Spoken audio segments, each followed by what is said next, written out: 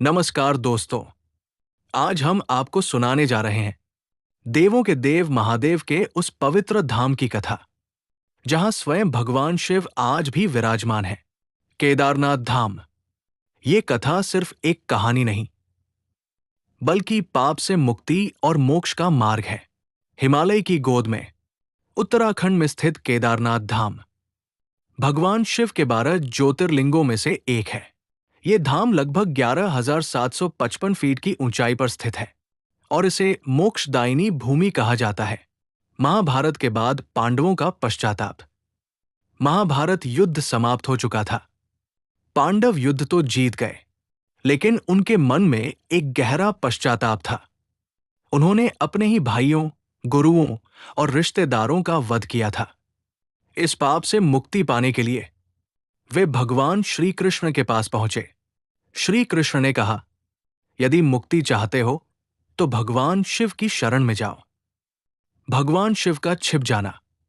पांडव भगवान शिव को ढूंढते हुए काशी पहुंचे, लेकिन भगवान शिव पांडवों से मिलने के इच्छुक नहीं थे।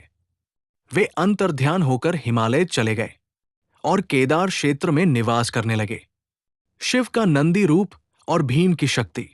जब पांडव केदार क्षेत्र पहुंचे, तब भगवान शिव ने स्वयं को एक बैल का रूप दे लिया। भीम को संदेह हुआ। उन्होंने बैल की पूंछ पकड़ ली। तभी भगवान शिव धरती के अंदर समाने लगे, लेकिन भीम की अपार शक्ति के कारण बैल का पृष्ठभाग पृथ्वी पर ही रह गया। यही स्थान आज केदारनाथ कहलाता है। पंच केदार की उत्पत्ति। भगवान शिव के शरीर के अन्य भाग अलग अलग स्थानों पर प्रकट हुए। तुंगनाथ भुजाएं, रुद्रनाथ मुख, मध्यमहेश्वर नाभि, कल्पेश्वर जटाएं। इन पांचों को मिलाकर कहा जाता है पंच केदार। शिव की कृपा और वरदान। अंत में भगवान शिव पांडवों की भक्ति से प्रसन्न हुए। उन्होंने दर्शन देकर कहा, जो सच्चे मन से केदारनाथ में मेरी पूजा करेगा, वो जन्म मरण के बंधन से मुक्त होगा। मान्यता है कि केदारनाथ मंदिर का निर्माण पांडवों ने किया था।